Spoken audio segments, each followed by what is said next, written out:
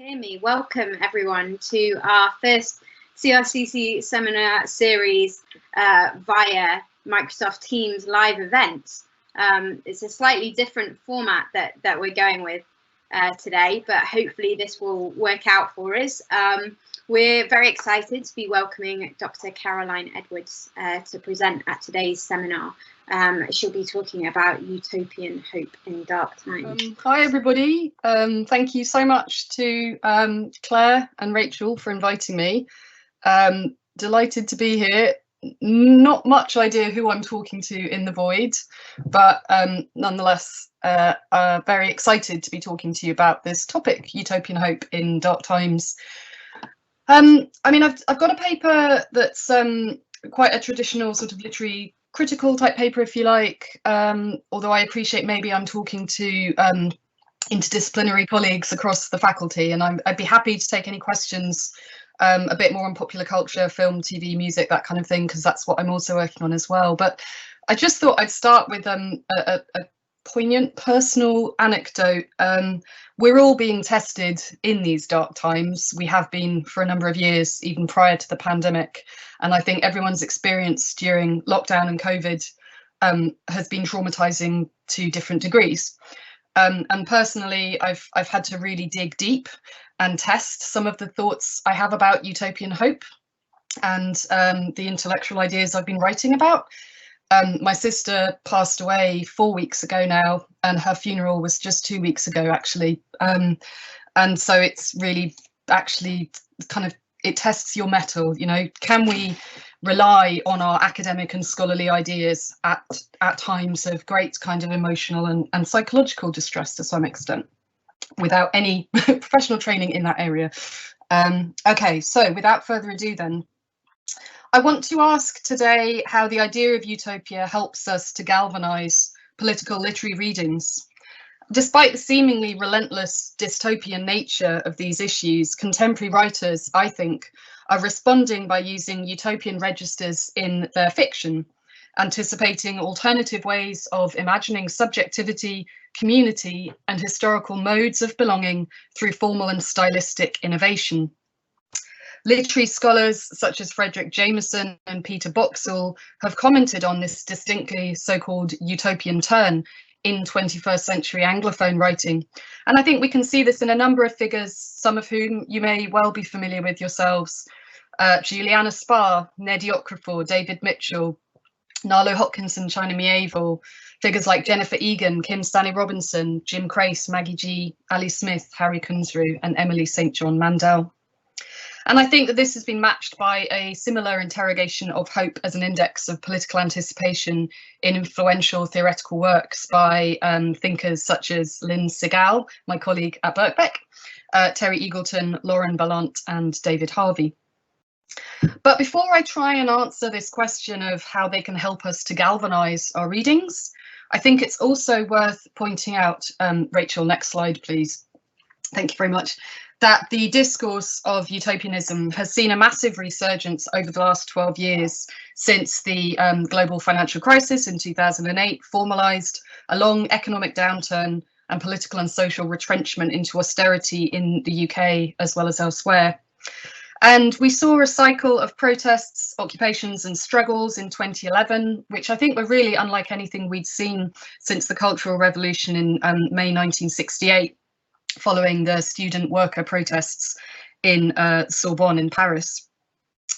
The number of student activists and other youth-led protest movements, which now of course includes the rhizomatic decentralised Extinction Rebellion movement, as well as the Black Lives Matter campaign dating back to 2014, often make explicit reference to those utopian slogans from 1968. Another world is possible, demand the impossible, la lutte continue. And in the graffiti banners and protest chants of recent years, we hear that radical energy in slogans such as "Give us back our future" from the anti-tuition fee protests in the UK in 2010 and student occupations, calls for a general strike, assertions that another Oakland is possible, system change, not climate change, be realistic, demand the impossible. Next slide, please, Rachel. And I think one of the things that usually gets forgotten in a lot of the talk in literary and cultural circles around the resurgence of dystopian imaginaries, particularly reproductive dystopias, Margaret Atwood's The Handmaid's Tale, the recent new instalment, the TV adaptation, and so on, is that some of our most canonical dystopias, her novel looks back, of course, to George Orwell's 1984, but actually much earlier than that to Jack London's The Iron Heel. What gets forgotten is the paratexts, the narrative frameworks, the footnotes, the prefaces. I think we need to remind ourselves that each of these dystopian stories is actually narrated from a post-dystopian future. And in some cases with The Iron Heel, it's an explicitly utopian future, looking back at the violence and struggles of the past. The editor's preferences, the scholarly footnotes, with The Handmaid's Tale, for example, it's framed around the conference of Gileadian studies, which looks back to a distant period of history. And I think that attention to this kind of textual detail is important. That's why the work of literary scholars matters, particularly when these texts become important and popularized in popular culture. And I think we need to think more carefully about the kinds of non-contemporaneous timescales that are being invoked at the formal as well as the generic levels here. And that can think through the entanglement between the utopian and the dystopian. Okay, next slide, please, Rachel. The writers that I've been studying over the past few years, I think, offer a vital message in their works. No matter how dystopian some of these stories and narratives might seem at the surface level, I think it's important. And the kind of work I do can be seen within a tradition of interdisciplinary utopian studies, the literary version of which tends to privilege depth hermeneutics. So it's about digging down and kind of excavating formal properties within the text. They remind us that we have to remember how to hope, even when things might seem at their lowest ebb. It's no coincidence that utopian and dystopian novels emerge out of the same impulse to critique their present socio-political conditions of production. And we need to read them as two sides of the same coin. They're extrapolating from present circumstances, either the worst of all worlds or perhaps the best of all worlds, but usually somewhere in between, and it can get very muddy and very ambiguous. They inspire us, I think, to be more bold and imaginative in our political demands. So I think next slide, Rachel, if I can. Thanks. So I look at formal properties in particular. When a writer like John McGregor thinks about the traumatizing, seemingly dystopian, I guess, experiences of alcoholism, poverty, homelessness, and mental illness, which comes, I mean, there are elements of those in If Nobody Speaks, but it comes up more, I would say, in Even the Dogs, his novel from 2010. Or when we have David Mitchell's characters sliding into surreal alternate topographies of violence, predation, and insanity across various books, Ghost Written, Cloud Atlas, The Bone Clock, Slade House. There's a bristling of menace, sometimes apocalyptic, sometimes not, but I think there's also this sense of utopian hope and possibility. These alternate topographies and timescales of possibility that I trace speak to a re-emergence in the 21st century British novel, elsewhere too, but the book that this talk is based around is just focusing on the British novel. Yeah, so they speak to this kind of re-emergence of the utopian imagination, I think, and what the British novelist Megan Hunter has called the unknown nature of the future.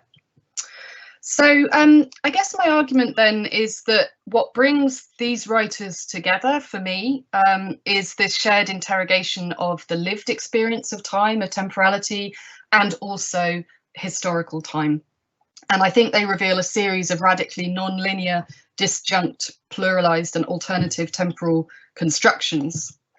They disrupt the solidity of the real, of what we would have thought of to be mimetic realism within the naturalized genre of realist so-called literary fiction, through these non-linear and distinctively utopian ruptures, shifts, and breaks. And in these texts, then, the present becomes malleable as redeemed pasts and anticipated futures eddy with an embroiling depiction of temporal experience that what really fascinated me was just how often it blurred the secular and the sacred, and this delinearized sense of time is given aesthetic expression through non-mimetic experiments with narrative voice and structure. So what do I mean by all this? It's hard to get across in a short half-hour talk, but I'll just pick out a few little formal devices, hopefully as a sketch, so you can follow some of these ideas. In the text that you can see here, John McGregor's If Nobody Speaks of Remarkable Things, there is, for example, the use of the even, the time of the angels, as Frank Kermode described it, which gives us an ontological loosening of mimetic realism. Rachel, if you click again, I think maybe a quote might come up. Yeah, perfect, thank you. So you get these kind of punctured moments in the text where the normal sort of linear chronological time, or even the narratological temporality, is deliberately broken and we move into a different order of time. There's a sort of ontological loosening where time stands still and the nunc movens of lived time comes into contact with the nunc stands of eternity. This comes up in another example in, Rachel, next one, please. Maybe if you click twice, we might see the, yeah, perfect, thank you. Maggie Gee's novel, The Flood. She uses in an epilogue and a prologue, which kind of bookends her story of a flood fiction, of a flood to a city like London. This kind of first person plural we, which gives us this omniscient homodiegetic narrator speaking from a moment, as we can see here, in which time is somehow exterior to ordinary lived time of the novel's characters. Looking down on the events of a ravaged earth like Homeric gods tinkering in the meagre affairs of mortals, this narratorial device implicates Maggie Gee's reader within a kind of Empyrean space-time described in explicitly utopian terms. It's called the other city, the city of dreams. And in establishing this collective necro-narratorial perspective, it's somehow beyond historical time, it's beyond even the limits of an individual person's death. We are then capable of seeing, as she calls it, the whole of the road, the totality of time stretching back across 3,000 human generations. And this framework, I think, raises the question of this idea of exteriority, which I borrowed quite a bit, or I developed, if you like, the idea from Peter Osborne's excellent readings of Walter Benjamin and others from The Politics of Time. I think it was published back in the late 90s. This idea of kind of exteriority, how is it possible to be outside of time as well as within lived time? And in the case of Maggie Gee, a novel that explicitly references Virginia Woolf, and particularly the kind of modernist time consciousness of things like the Kew Gardens short story, because this place is set in Kew Gardens. We get a sort of Woolfian modernist time consciousness. It's multi-stranded, it's even multi-species, and that's something I'll come back to in a bit. Yeah, next slide, please, Rachel. So those are just a couple of examples of formal narratological devices that I look at in this book, which came out of my PhD many years ago and was published in 2019. And I refer to them as moments of possibility. That is, for me, these are textual moments in which stylistic and generic registers are established, only then to be subsequently cleaved apart, confounding the reader's generic expectations and experimenting with formal techniques that specifically relate to our experience of time. In these moments, capitalist ordinal time comes to a stop, and a plurality of alternative possible times, as well as the social worlds that contain them, come into focus. But in addition to bringing together novels which I think arguably foreground these kinds of odd shifts in time, I think the project also demonstrates that we need to develop a coherent reading approach in which to understand these kinds of narratives. When I started the project back in the mid-2000s, it was a kind of nascent new century for contemporary literary studies. And even though things have, developed quite a bit since then, I still think there's an emerging set of aesthetic and political concerns that haven't yet crystallized. They're still kind of gelatinous and fluid, and we're still trying to refine and develop the right critical vocabularies through which we can talk about them. And one of the most striking developments in post-millennial British fiction, but also American fiction, which I work on a little bit, has been the number of writers, supposedly sort of realist literary writers, who borrow from genre. So there's been a huge blurring of the boundaries between things like horror, science fiction, fantasy, crime, and literary fiction. And there's lots of people I could point you towards who write very excellent analyses of that. Okay, next one, please, Rachel. So how do we develop a kind of method for understanding these complicated timescales? I think that they suggestively respond to and also reshape the inequalities and unevenness of 21st century social and political life in an explicitly and distinctly utopian direction. And my guide here really was the German utopian philosopher Ernst Bloch.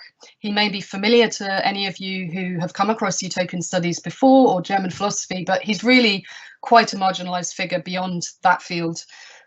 Many of his works have still not been translated into English, and his major opus, magnus opus, The Principle of Hope, was really only translated in the 1980s. So in that regard, he still remains to be you know, kind of repurposed, if you like, or his ideas still remain to be fleshed out as a viable critical method, I think, not just for literary studies. He writes about popular culture and a whole range of different aesthetic forms. He has an idea in Erbschaft dieser Zeit, which was published in 1935 in Zurich, translated as Heritage of Our Times, and it's a concept of Ungleichzeitigkeit, which translates either as non-contemporaneity, as I use it, or also non-simultaneity. And I take this idea from Bloch and I try and use it as a philosophical frame, which I think can help us to understand multiple overlapping, contradictory time signatures as I find them in these novels. They clash, they coalesce within the present moment. Perhaps a more familiar figure to you might be the model that Raymond Williams talks about in the idea of dominant, emergent, residual ideologies and ideological formations. So it's not dissimilar to that, but it's got its own distinct merits, I think.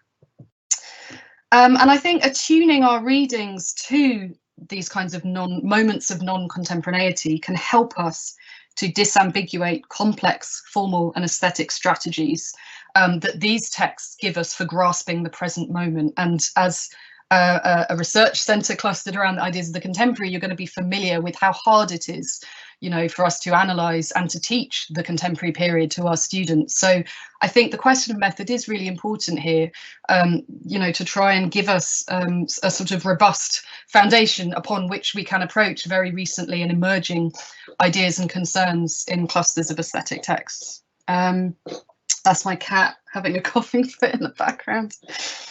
I mean, one of the things that I'm going to talk about in a moment is a lot of my work has developed out of kind of Marxist literary criticism. And one of the reasons I think that's important to note is that a lot of Marxist critics, and Ernst Bloch particularly, look back to pre-capitalist modes of experience. E.P. Thompson has a wonderful essay on time where he gathers evidence from poetry, other archival documents of people talking about time and timekeeping and what time felt like. And capitalism fundamentally reshapes the lived experience of time for workers as well as for capitalists.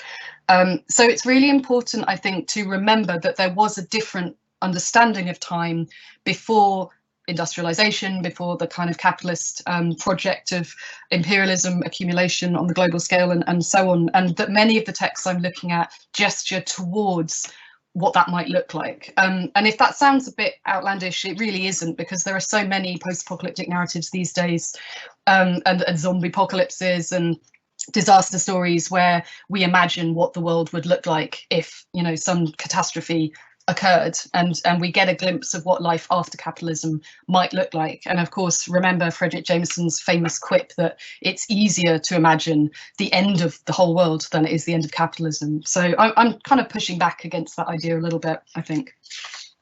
Next slide, please, Rachel. So before I go any further, I'd like to insist on a distinction between literary utopias and what I'm calling literary utopianism. And this is where I really draw on the rich resources in utopian studies, which I mentioned is a very interdisciplinary set of fields. It's scholars working in sociology, political theory and political philosophy, people working in art and architecture, cultural studies, media theory and so on. So it's a fantastic set of resources that haven't always made their way back into literary studies, I don't think. Literary utopias as a kind of genre, often referred to as a sort of subgenre of a broader understanding of the umbrella of science fiction, although obviously they predate the birth of science fiction if you go back to Thomas More's 1516 originary text. We may think we know what that means to a certain extent, although we can argue around the edges. It tends to be a novel which privileges, reflects upon the idea of an improved society, whether that might be located at the edges of the known world, in the island utopias of the Renaissance period, or whether it's under the surface of the earth in late 19th century Hollow Earth stories, whether it's set in the distant Ukrainian future of Martian utopias, popular in the late 19th century, set on advanced Martian worlds, thousands of years more developed and superior to human civilization. But what I'm talking about is a way of reading, and what, if we get time in the discussion, what I'd really love to hear from anybody who's here, or feel free to ask me about it, is how this might be used, not just in the specific writers I put together in this book, but actually I think this method goes further than that, and I'm currently trying to develop it in a set of readings of contemporary sci-fi film and cinema, and think how cinema and film studies might be able to use this kind of hermeneutic. So, okay, it's a literary utopianism for our purposes here, is a qualitatively different kind of text from those kind of utopian worlds set in the future or set in space that we might think of when we first hear the word utopia. Okay, so yeah, it's about identifying shifts in narrative time. It's about locating non-mimetic borrowings from genre, particularly speculative and sci-fi, without necessarily being a science fiction. It's about an ecstatic relationship with apocalyptic nature.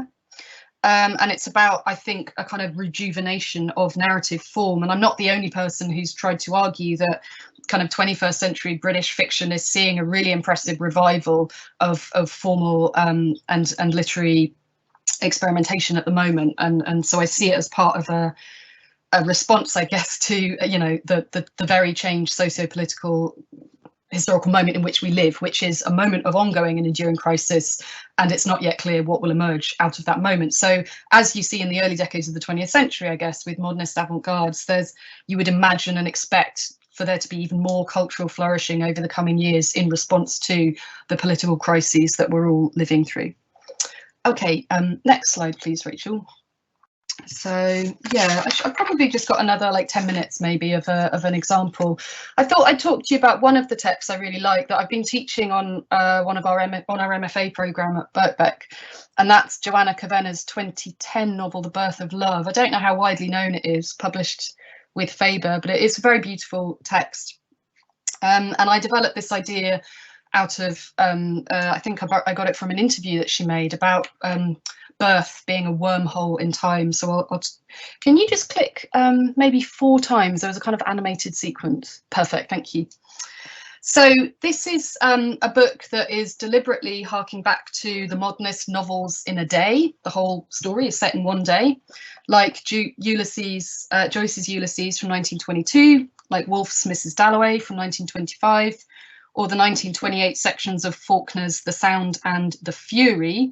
We have 4 narrative strands, which I've listed here for you because it gets a bit complicated, and they all take place during this 24-hour period. And the main focus of the novel is the number 2 is the scene of poor Bridget Hayes, 42 years old, who's just gone into labour with her second child in a kind of contemporary London setting. And she spends the entire novel in labour, and it's the most amazing description of labour I've come across. And as you can imagine, pretty gruelling. And in addition to that modernist kind of novel in a day, there's also, next slide, please, Rachel. The timelines are connected through a kind of nested narrative framework that reminds us, I think, of David Mitchell's Matryoshka Russian doll structure that became famous when he first published Cloud Atlas. But also other literary precursors that Kavenna has talked about in interviews. So things like Journey to the End of the Night from 1932, the Alexandria Quartet from the late 50s, and Italo Calvino's If on a Winter's Night, a Traveller. So we've got a clearly experimental narrative structure. I mean, modernist precursors, sure, but explicitly postmodernist novelistic structures here too. So we're obviously experimenting with those. And Kavenna uses these to critique and think about the existential issue of motherhood and the act of childbirth. Okay, next slide, please. And this is what she said in an interview, which I think really struck me when I first read it. I found birthing my own children such a moment of gory apotheosis, as if everything comes together at the point at which a new life begins. Family history, the lives of ancestors, the coincidences that cause two people to meet and birth a child, reality, fantasy, dream, and everyday life. To me, it was as if everything was happening at the same time, as if a wormhole had opened up, past, present, future, fantasy and reality have merged. So the gory apotheosis of birth, as she describes, is similar to other events I look at in my book, including death. It's both unique, we only die once, you only give birth to that specific child once, but it's universal in the sense that even if we don't give birth at some point, we have all been birthed to some extent, in some kind of way. And it draws together this timescale of all of humanity, from the ancestors through to kind of future images of human species. The point of view focus of Brigid in her labour offers us an alternative approach to thinking about subjectivity, in which the Cartesian mind-body dualism, which sets her rational consciousness against the primordial demands of her labouring body, is really exploited to very interesting effect. It gives us literary expression to an ongoing feminist critique of the fallacy of modernity's singular time of linear progress. Next quote, please. It's something that Claire Colebrook has written about. Feminism, she says, is challenging this idea of progressive and unfolding linear time to recognise other models of selfhood than that of the rationally self-constituting man, and that this is a necessarily utopian gesture of rethinking time. It draws upon a past that has never actually been lived, a virtual past that remains in potentia. So as I've highlighted here then, in this non-narrative conception, Colebrook writes that time is an open whole where the past can always produce new potentials for new futures, which in turn open up new pasts. And each moment of time bears the potential for a sense of the whole of time, all of time. I mean, for me, having been trained formally in German philosophy with people like Benjamin Adorno, Horkheimer, Ernst Bloch, this really speaks to their understanding of the redemption of historical time. Benjamin's theses on the philosophy of time really become relevant here, I think, and that secularized but also re-sacralized understanding of the Redeemer appearing, at some anticipated moment. So in that sense, it's quasi-messianic, to say the least. So Joanna Kavenna's book gives us a lot of interesting themes that we can kind of explore, but I wanted to just come back to the different timescales. I think the next slide, please, Rachel. Keep clicking. Yeah, so there's a moment, so one of the strands of the novel, the kind of sci-fi futuristic bit, is where a political prisoner who's living in an authoritarian dystopian world, very reminiscent of Aldous Huxley's Brave New World, Orwell's 1984, but also Yevgeny Zamyatin's 1921 novel We, she leaves a hyper-technologized high-rise city. As with We, there's surveillance everywhere. It's drenched in really oppressive light. There is nowhere to hide. Birth has been outsourced to a kind of manufactured production, if you like, and a group of political prisoners who revere a female kind of deity escape to the Lofoten Islands in Norway. And the moment when they arrive is really interesting, and I quoted it here because it really is a moment of birth. They arrive in the crate, sweaty and vile. They pass through a passage or tunnel, an incessant beating of the waves, and then sort of appear on the beach of this island. And the image of the island is starkly used to juxtapose the kind of high-tech city that they've escaped from. As they move in this dreamlike noctambulation, then we can't help but be reminded, I think, of childbirth and of the most compelling central strand of the novel during which Bridget is in labour. But there's also, if you click again, Rachel, there's an interesting and uncanny echo. I don't think it's intentional at all, I'm not saying that, but it is interesting to read side by side the final lines of Ernst Bloch's The Principle of Hope, which arguably are the most famous lines of that 3-volume set. Where he talks about the utopian homeland, Heimat, as being something which shines into the childhood of all and in which no one has yet been. Typical Blochian fashion, he gives us these very obscure images that don't make any sense in temporal terms.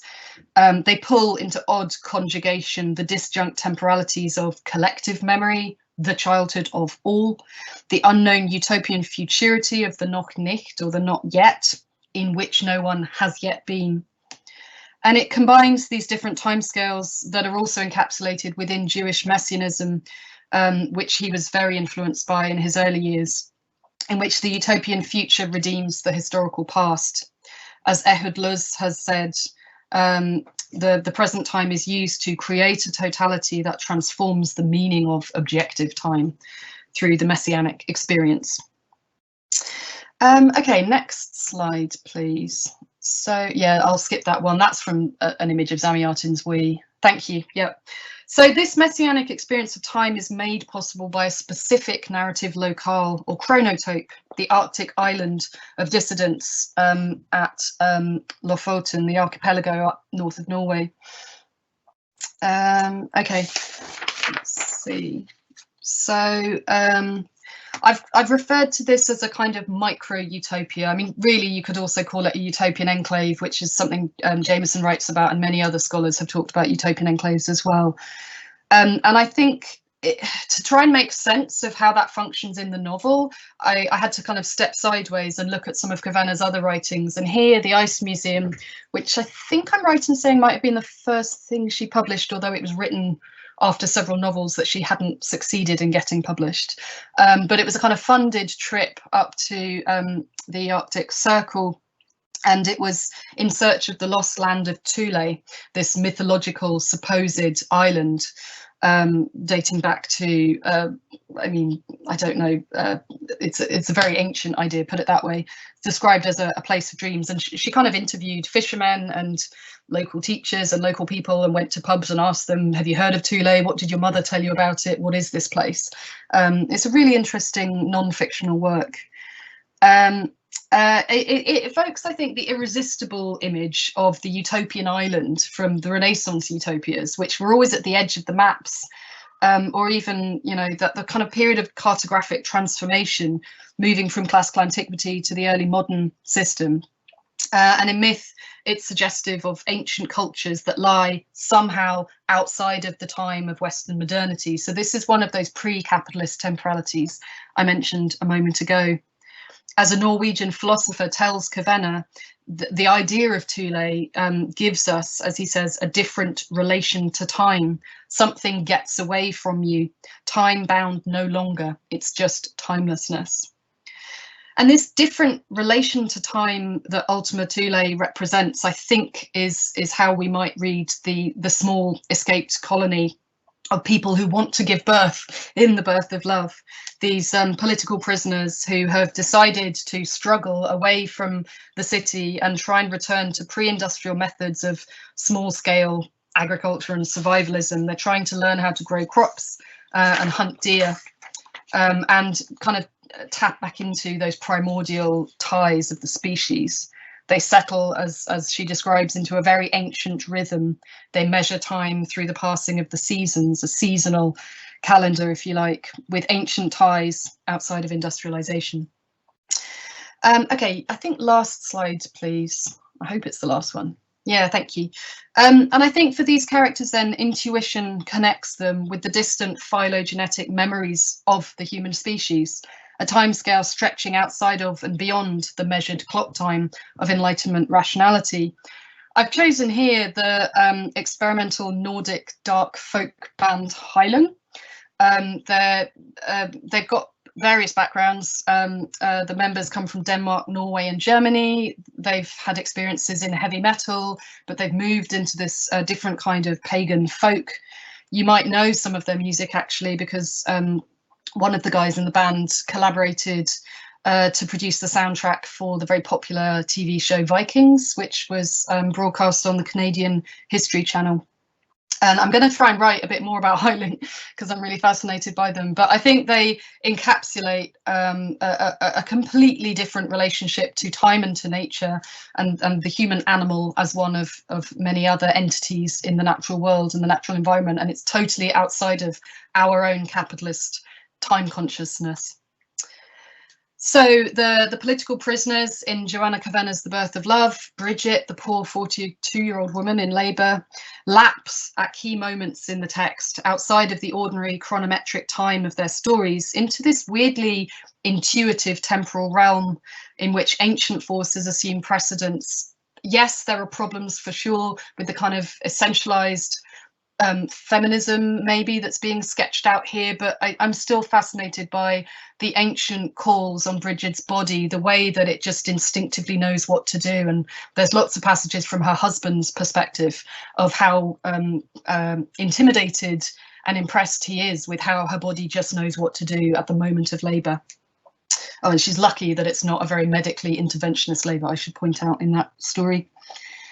And so this insistence then on ancient forces connects the characters with a much larger temporal ambit in which the human subject becomes reconciled to non-anthropocentric timescales.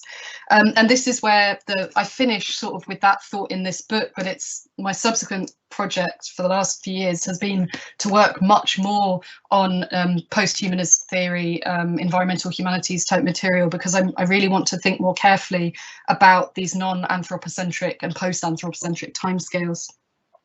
Okay, so just a couple of concluding remarks, I guess. The few brief examples I've sketched out to you, I think maybe, or I hope, my gambit is that they give us a rich and productive set of texts to help develop fluid utopian strategies as one possible response to the current anxieties of the time in which we live, couched within, perhaps unexpectedly, within literary fiction rather than full-scale speculative sci-fi worlds, full-scale utopian worlds. The minimal or even the modest or ambiguous scale at which these utopian moments of hope are operating reveals for sure how problematic literary representations of utopia have come amidst our dark times. But I think rather than being problematic, I think what really strikes me is just how powerful this utopian desire for something better is, and to what extent it persists. Thank you. That's the end of my talk. Fantastic. Thank you so much, Caroline. I'm just going to stop sharing you and see if we can send me live. Okay, so amazing, very insightful, lots to think about as a result of that. In our hurry to get the screen share started at the beginning, I realised I forgot to point out to all our attendees that obviously you sadly in this format can't share your screen or your audio, but you can definitely contribute to the discussion. So there is a live Q&A event function that you can use. You simply type in your questions in there, and both Caroline and I will be able to see those So please do pop questions in there. In fact, we see one now, Caroline. Hopefully you do as well. And I'll flip the video back over to you as you answer. But this question here says, thank you for the interesting talk. You spoke a bit about the tendency for contemporary political causes and struggles to return to the past, a means of finding ways out of the problems and crises of the present. I'm interested in the underlying politics of this tendency, especially in feminism, of looking back to the past for inspiration and answers. Can you say a bit more on your thoughts on this idea that the leftist past is full of potential in unrealized projects and possibilities? I think there is a risk that this trend of return can divert energies away from the complexities of the present, and that it is a nostalgic search for or attachment to a fantasy of political truth rather than actually useful for present concerns. So thank you for that question. I will send you live, Caroline, if you formulated an answer, to drop that one on us. Thank you. I can't tell who's asking these questions. It just says anonymous. So yeah, anonymous number one. Yeah, it's a really important question. I mean, I suppose if I could answer it this way, perhaps, I strongly reject the claim that this is nostalgic, and that's because the model of time that I'm developing reading through Ernst Bloch's kind of philosophical writings is absolutely not presentist in that sense. This isn't nostalgia precisely because it's a much more complicated idea of time where the unactualized potential of the past can be redeemed. But none of these things are ever guaranteed. It's absolutely, I mean, Bloch was very clear about this. It is not about looking back to the past in a kind of nostalgic idea of utopian plenty and the golden age and all those pastoral traditions of, of post-scarcity and stuff. It's always an active struggle for the left. I mean, he was writing explicitly about leftist politics. Yeah, it's a war within discourse and ideology. Sorry, the question's now disappeared, so I can't see it anymore. I can't see the rest of it. So yeah, I don't agree that it's nostalgic, and maybe I wasn't clear enough about that from the start, but there is a section of the book that deals with that. I mean, it's such a long time ago when I started writing this, but you know, back in the late 90s, there was quite a trend of memory studies. It was a boom. Trauma theory was really popular back then. Svetlana Boym had published The Future of Nostalgia and things like that. So my project was very much writing against memory studies. I really wasn't. It's not that memory isn't a part of what I do, because obviously there are moments where these characters reflect on previous experiences, but I really wanted to try and give a kind of critical density to anticipation, to futurity, and that's a very difficult thing to do, and it's very easily mocked, I guess, or criticized when it comes up in political discourse and things. But yeah, I was trying to think about the ontological presence of the future, and part of one of the chapters on that looked briefly at Derrida's idea of spectrality, and I talked about, you know, King Hamlet's ghost and the kind of visor effect of the spectre returning and things. So yeah, I mean, there's lots more discussion that we could have about that. I think the question said something about feminism struggles to past. It did.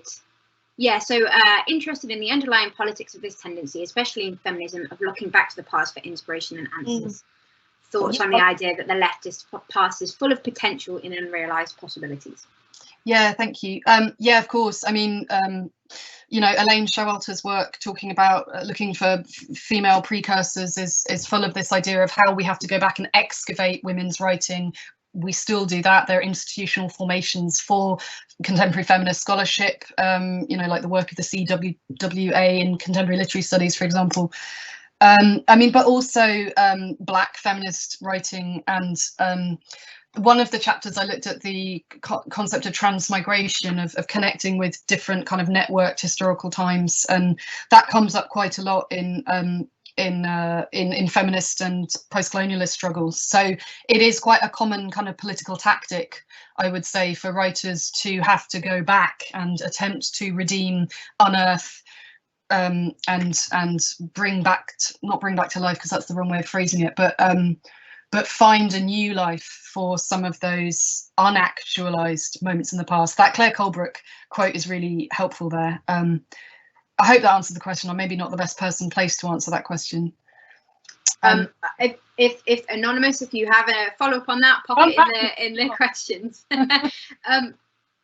Fortunately, we do have some questions from Sean. So she says, hi Caroline, as you know, utopian studies has been preoccupied with topography and classification, and much ink is spilled on defining and defending the boundaries of the literary utopia, dystopia, critical utopia, anti-utopia, uchronia, etc., etc.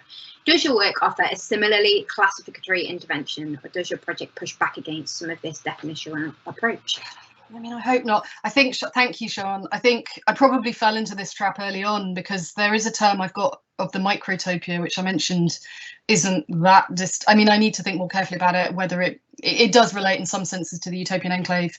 In my defense, that was the first thing I ever published as a PhD student, but I think I've moved away from that. I think I'm keen to emphasize the search for a method, and that I know it sounds boring to some people, but I've become even more formalist. I just the more time I spend explaining this project and continuing to work on various strands out of it and beyond it, the more I think there is work to be done for literary scholars to insist on a usable hermeneutic. It works, as Sean, I'm sure you know, like it relates a lot to Tom Moylan's work and the critical utopias of Demand the Impossible, but also Angelica Bammer's book on partial visions, which often gets overlooked, similarly excavating and uncovering those kind of littler moments, those smaller moments, the smaller scale. So I guess I'm less keen to go into the endless typographies, because I think I agree with you. We're probably on the same page. I don't know how helpful they are in and of themselves. The question about Limehouse Sargent and authorial intention, that's a really good question, because teaching contemporary literature where the authors are still alive gives us the opportunity to go and interview them, which I've done. Several of the authors in this book I did interview at various points over the years. And I bring this up in our MA teaching because I think it's a real problem, actually, that there isn't any kind of, we're not like the social sciences in the sense that we don't have a kind of satisfactory rubric for how you incorporate author interview material, which we inevitably have to, because we're scratching around for extra materials that we can use to underpin our research when nothing has been published on these writers sometimes. So there's a selective use of interviews, to the point that once when I interviewed Jim Crace, I sent him what I had written about his work, and then he responded to that, and in effect, I managed to shape a conversation that I knew would be relevant to the topic I was trying to pursue. So it's absolutely not ideologically without its problems. I guess I sit somewhere in the middle in terms of the Lyman Tower Sargent. I mean, I absolutely don't agree that the author has to intend it to be a utopia. So I am fighting back against that position. I am trying to make space for texts to be read as utopian, even if they were not intended to be utopian, and even if very few other people consider them to be utopian. I think it's a test of whether this method works, that you can make the case for a utopian reading of them and then see if colleagues accept it or not. And maybe in the years to come, no one will accept it and I'll fall into a ditch and we can just say goodbye to that idea. But I think that's what I'm trying to do. Great. Do keep your questions coming in, folks. For the time being, though, I have one, if I could put it to you, Caroline. I think you have to forgive me here, because this is a very new brand of scholarship to me, but it's fascinating listening. And as someone who comes from a more political, kind of sociological perspective on things, what occurred to me is the general concept of time and a utopia as something forward-looking, and the past maybe as something historical. And you talked about how capitalism has reshaped time. So these big kind of epochal considerations that we have and how they influence how we perceive time. So the big thing that occurs to me is the role of the climate crisis. So arguably that's the biggest, most existential issue that we are dealing with as a global population, right? And what interests me is the thought that in many respects part of what's led us here is doing things just because we can. So all of these kind of the Anthropocene is one of the largest problems that we now have with the climate disaster, right? So in essence, I guess what I'm saying is a future of avoiding climate catastrophe arguably will involve a return to the past in some of our practices and some of the things that we do to kind of undo the damage.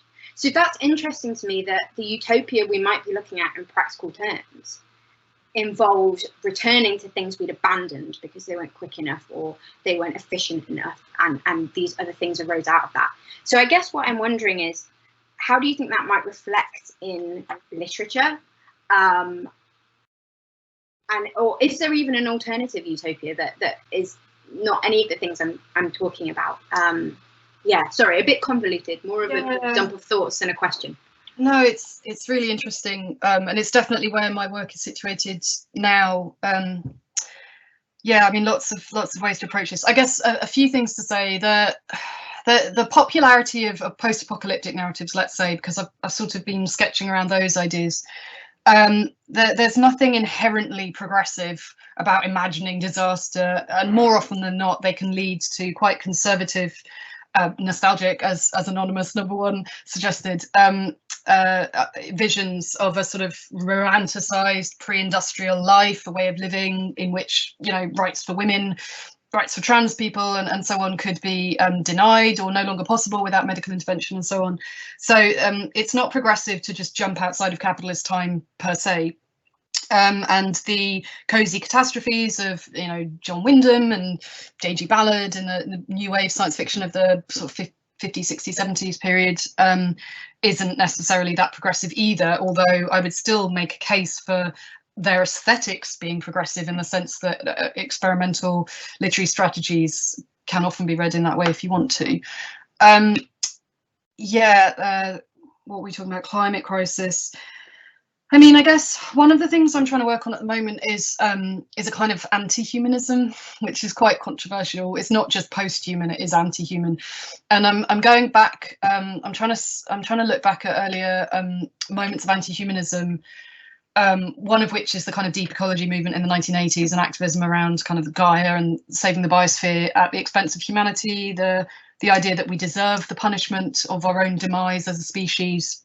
That idea has resurfaced in various recent texts of ideas of the world without us. So I teach the film Homo Sapiens by Nicholas Geierhalter, which looks at this.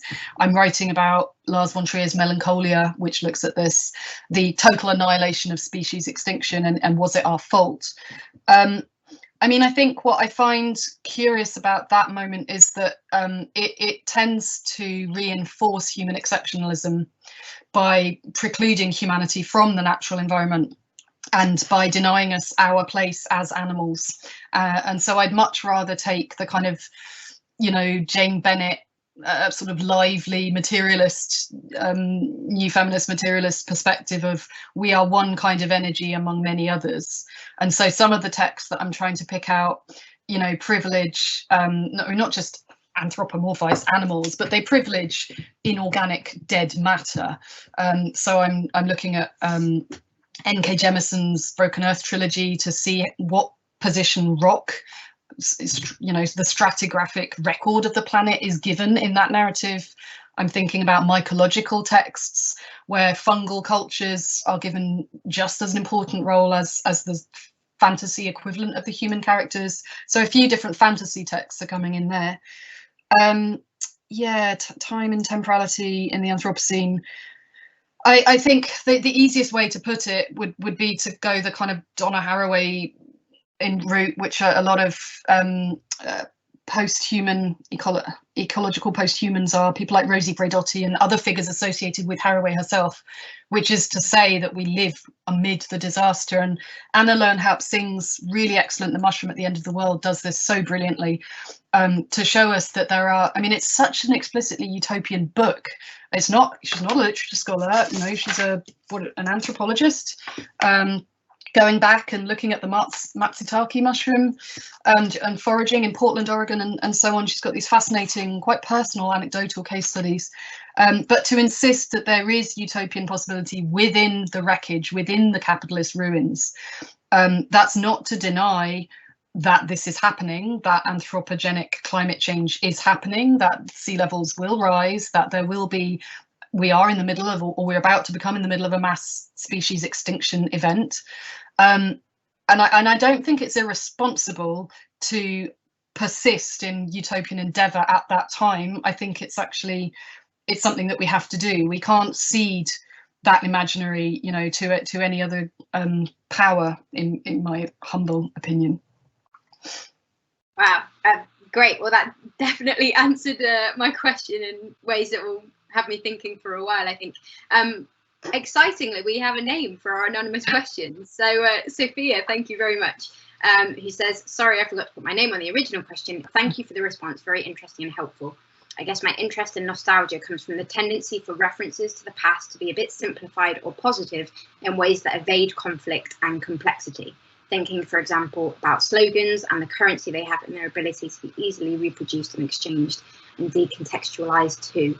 We're coming up to the end of the session, but maybe if there's a comment on that, that would be great. Oh, thanks, Barbara. That means a lot. Yes. Thank you. And a thank you from Barbara. I'll get those published so you can read them, everyone. Oh, Sean says something about Out of the Woods, disaster communism. Yeah, exactly. Yeah, no, disaster communism is Rebecca Solnit, looking back to, I forget where she gets the term from, it's somebody else. Yes, yeah, I need to think more about that, Sean. Maybe I'll keep in touch with you. Well, I think as we're wrapping up, we're heading closely towards our scheduled end of meeting time at 2. So if there are any last minute questions or comments, do pop them in the Q&A, and you can interact with them as well, as I've just seen a like for Barbara. So hopefully this format has worked for everybody. We're really grateful to you for attending, and of course very, very grateful to you, Caroline, for your time and for a fascinating talk. Lots of food for thought to go away with. I think if people, they can connect with you by email, but there's a note there that, it may be a little while because of your dense inbox. But, Caroline said she hopefully will get to you eventually. So if you do have anything that you want to follow up on, do drop her an email. So it just remains for me to say thank you very much, everybody, for being in attendance today. We hope you've enjoyed it and found it accessible and useful. And thanks again to you, Caroline, for your time and sharing that fascinating work. And I presume that the book that you talk about, if people are looking to buy it, to access it, where can that be found? All good bookshops. Cambridge website has it. Cambridge Studies in 21st Century Literature and Culture. You can just Google Utopia Contemporary British Novel. It should come up. Yeah. That's fantastic. Amazing stuff. I'm afraid. No problem. Well, thanks again, and I guess take care, everybody. Have a wonderful bank holiday weekend, and thanks once again to you, Caroline, for your time. Thank you. Bye, everyone. Thanks all. Take care.